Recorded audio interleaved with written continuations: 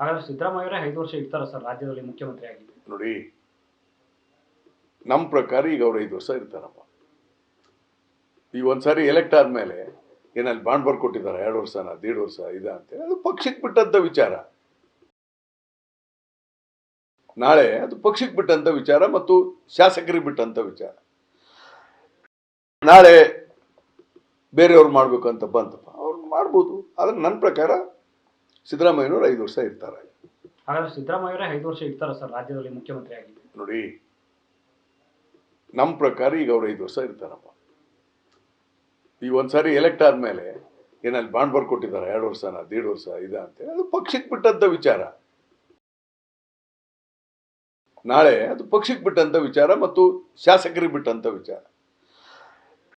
ನಾಳೆ ಬೇರೆಯವ್ರು ಮಾಡ್ಬೇಕು ಅಂತ ಬಂತಪ್ಪ, ಅವ್ರು ಮಾಡ್ಬೋದು. ಆದ್ರೆ ನನ್ನ ಪ್ರಕಾರ ಸಿದ್ದರಾಮಯ್ಯನವ್ರು 5 ವರ್ಷ ಇರ್ತಾರೆ.